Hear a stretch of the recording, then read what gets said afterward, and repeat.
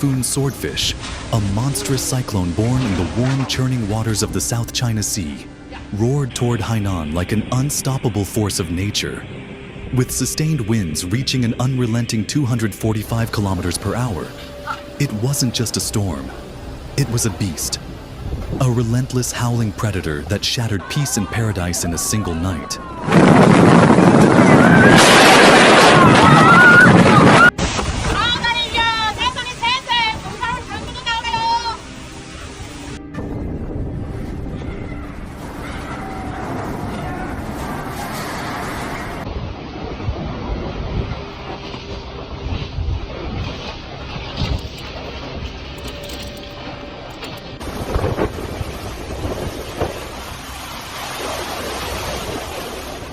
As Swordfish made landfall, it ripped into China's tropical island province with unimaginable fury, turning palm-lined beaches into war zones and peaceful villages into flooded wastelands.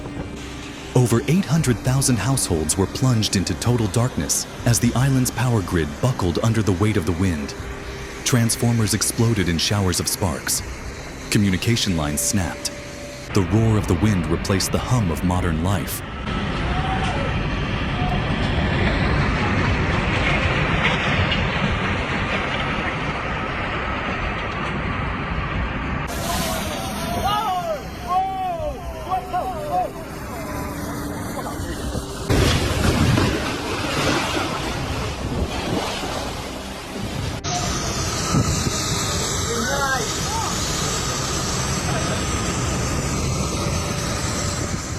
And yet, in that darkness, something else emerged.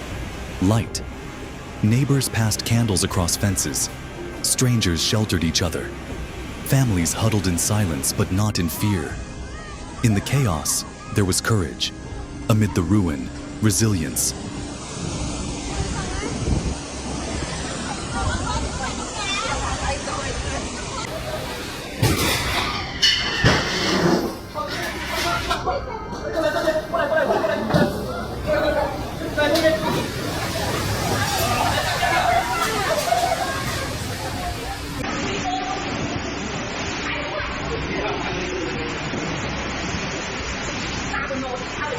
In Wenchang, the eye of Swordfish made its first brutal contact. Streets disappeared under torrents of water, transformed into rivers of mud and metal. Trees were uprooted like weeds.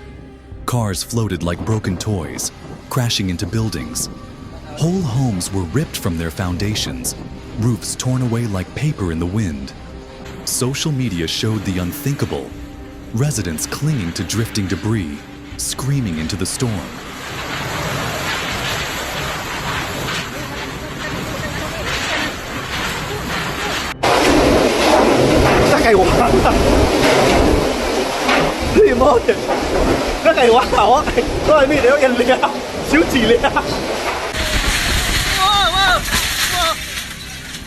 But the response was swift and deeply human.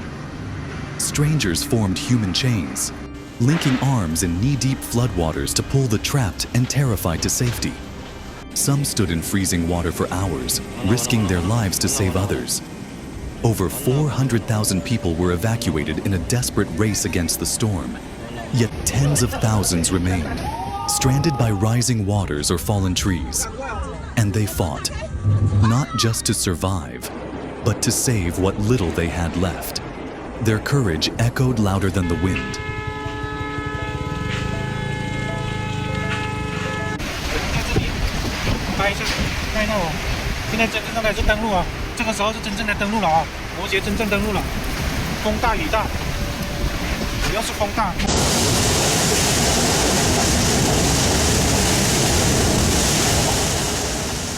In Haikou, the capital city, Swordfish struck with surgical cruelty.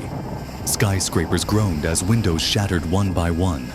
Construction cranes toppled like dominoes, crashing into the streets below. Torrential rain, more than 500 millimeters in just hours, turned neighborhoods into lakes. Streets vanished.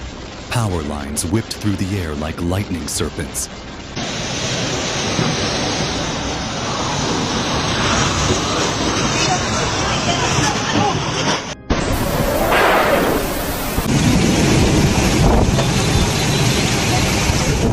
Yet in the flooded alleys and stairwells, heroes emerged. Residents waded through chest-deep waters, carrying infants on their shoulders, guiding the elderly with trembling hands. Emergency workers and ordinary citizens alike pulled debris from blocked drains, cleared fallen trees, and delivered bottled water to isolated households. In the face of destruction, the people of Haiku stood together, not broken, not bowed.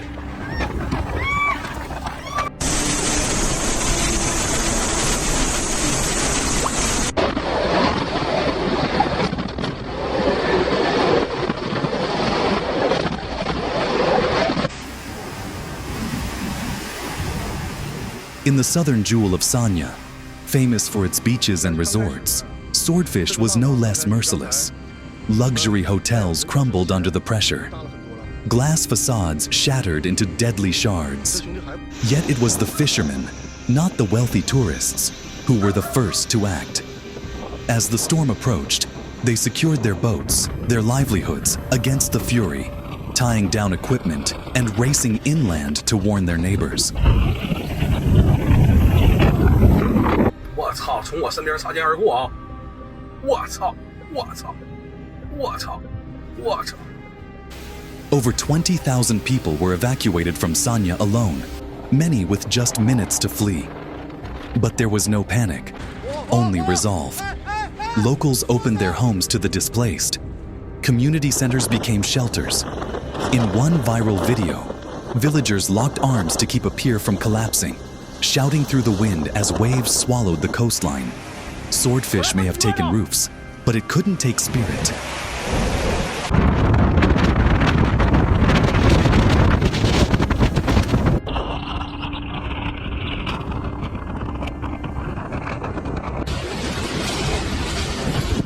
Then came Guangdong, Swordfish's second target. As the storm swept inland, it brought with it chaos and fear. Over 574,500 people were forced to evacuate in just 36 hours, fleeing collapsing villages and rising floodwaters. Roads became rivers. Hillsides crumbled into landslides. Whole towns disappeared beneath the deluge.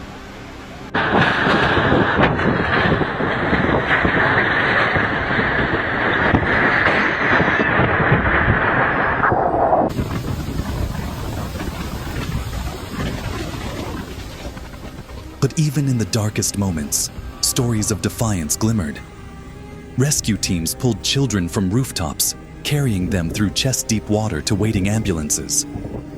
In one province, villagers used rice sacks as makeshift life rafts. There was mourning. Yes, lives were lost. But amid the devastation, the spirit to rebuild burned brighter than ever.